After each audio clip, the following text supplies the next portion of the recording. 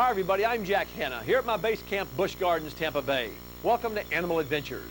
Found only in the high mountains of British Columbia, the Vancouver Island marmot is one of the rarest mammals on Earth. What's a marmot? Well, my daughter Kathleen will tell you all about it. But I've got quite a story to tell you myself. It's a wildlife rehab center that swears by holistic care. So off we go to British Columbia in Canada, to Vancouver and Salt Spring Islands. Vancouver Island, with its mountainous peaks, is 280 miles long, making it the largest island off the North American coast. Running parallel between the east side of the island and Vancouver on the mainland is the Strait of Georgia. Passage across this body of water is delightful, but it'll be nice to reach my destination. Well, we're headed to Salt Spring Island. There's no bridge over there, so we got to take a boat. My interest in Salt Spring Island, one of the many smaller islands scattered through the strait, is an unusual wildlife care center. I can't wait to get there. For residents and visitors alike, the Salt Spring lifestyle is relaxed and down to earth. The apples they grow here aren't bad either. How you doing? Oh, pretty good. I was going to pick an apple, but I was going to ask you first. Oh, yeah, have one. Well, thank you. Wow, thanks a lot. You're welcome. Beautiful place here. Yes? The road ended at the Island Wildlife Natural Care Center. For Jeff Letterman, the care of sick and injured animals in British Columbia is a long way from being a graphic artist in his native Chicago. But now he wouldn't have it any other way. We were joined by a host of volunteers, all eager to assist in the release of the 5 seal pups. Hey, hold on here. Man alive, mine's the heaviest one. I'm not sure if the pups knew what was going on, but they certainly had to like the change of scenery. So we're going to open all the doors at once. We're going to open them all at once, and their new life begins. Okay, open them up. Come on, hey, man. As the young harbor seals rediscovered their flippers, it was off to the races. 4 out of 5, anyway. Come on, you're free. Let's see if we can pour yours out here. All right, come here. Mine's turned around the other way. Come here, buddy. Come on, come on, come on, come on, come on, come on. There we go. Look at this one. Let me pet you goodbye. Goodbye. Goodbye. After a bout of indecision, and surely a case of marine mammal nerves, the Wildlife Center's house guests were on their way. They swam toward the call of the wild. You know, Jeff, this is something, you got to be emotional. This is, I guess, what it's all about for you.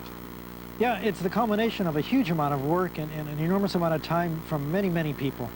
I mean, these volunteers spend hours raising these animals. Some of them get a little emotional. It's like their kids going to sea. Yeah, it's a very emotional time for some of us. We've cared for these animals hour after hour, and now they're out of our control. Whatever happens to them is no longer up to us. I mean, you were an artist and a sculptor in Chicago, and here you are living out here on some island. What do you think?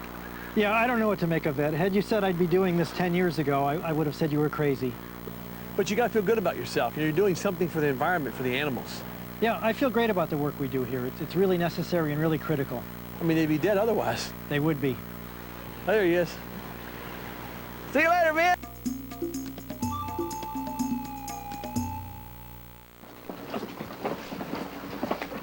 Here on Salt Spring Island in British Columbia, the Island Wildlife Natural Care Center specializes in the care of orphaned harbor seal pups, but it treats lots of other animals too.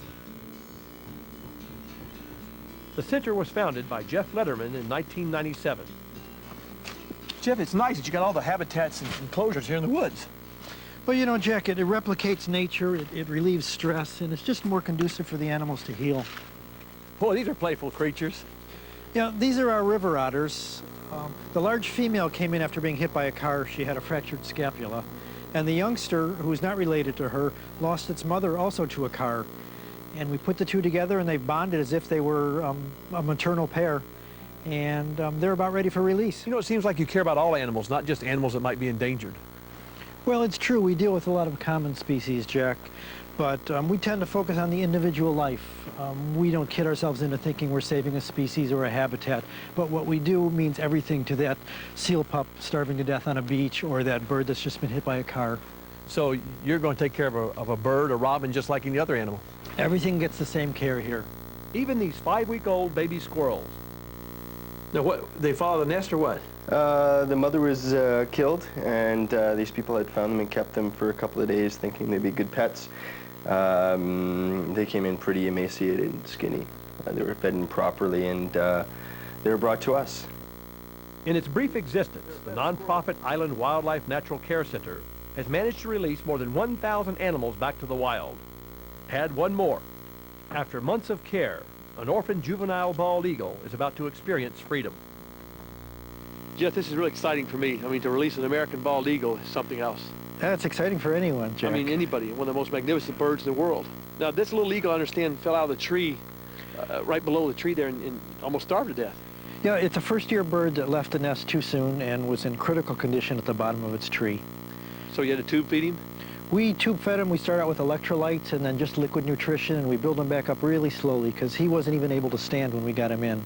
And we get him onto whole food, and then he's eating herring and rats and everything an eagle would eat in the wild. So now, in other words, you've been feeding him stuff you'd find out here. Absolutely. So he will fly off, hopefully, and then find him a mate for life.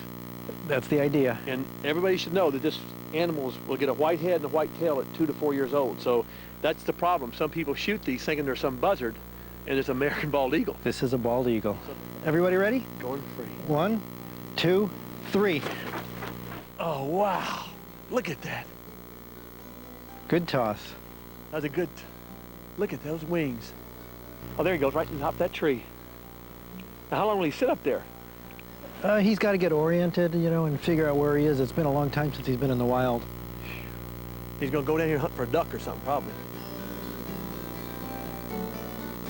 Nice work, Jeff. Whether it's saving an endangered species like the Vancouver Island marmot or rehabilitating harbor seals for release back into the Strait of Georgia, I'm forever moved by the dedication of so many people working to preserve the world of nature.